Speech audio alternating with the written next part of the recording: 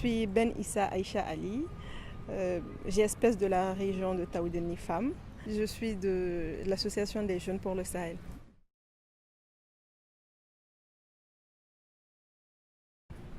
Je dirais par principaux défis, il faudrait vraiment l'application de l'accord pour la paix.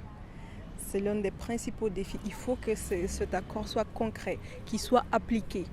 Il faut vraiment que sur tout l'étendue de notre territoire, les gens sachent de quoi on parle, qu'est-ce que c'est que l'accord, pourquoi il a été mis en place, et il faut vraiment que ce soit effectif au fait la mise en place, parce que je pourrais vous parler de la régionalisation qui se trouve dans l'accord, je pourrais vous parler de la sécurité routière, de la sécurité humaine, tout ceci se regroupe dans l'accord. Il faut vraiment que ça soit effectif au fait, que réellement que cet accord soit mis en vigueur.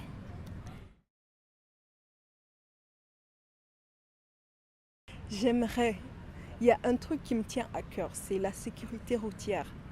Il n'y a pas un jour où mes parents du nord ou du centre prennent la route sans ne pas être attaqués, violés. Et j'aimerais vraiment que cela cesse au fait. Vraiment, vraiment que cela cesse. Ça fait mal au fait.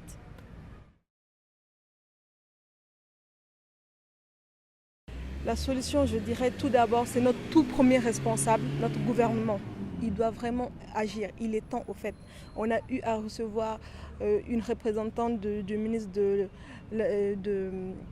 l'Intérieur ici qui nous a parlé du fait qu'il a fallu qu'il y ait cette crise de 2012 pour que le gouvernement se rende compte qu'il y a une faille au niveau des forces de sécurité. Il faut vraiment que cette faille soit réparée. Il faut vraiment que nos forces armées soient sur notre territoire. C'est vrai qu'il est grand, c'est pas facile à défendre, mais vraiment il faut qu'il soit sur les axes prioritaires où il y a tous les jours des attaques. Tous les jours on attaque les transports, on viole les femmes, on pille les...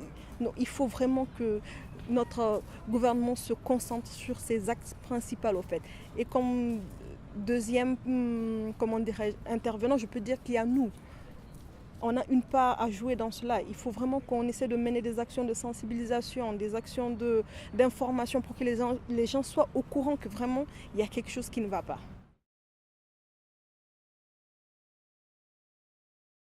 Nos femmes qui sont là, nos femmes, depuis cette crise, ils sont vus d'un mauvais œil par toute la population. Personne n'a plus confiance en eux. C'est le moment de relever ce défi pour regagner la confiance de la population. Parce que même s'il y a des forces de sécurité, si la population n'est pas avec vous, c'est un échec au fait. Il faut vraiment qu'on renoue cette confiance pour que vraiment nous puissions sortir de cette crise au fait.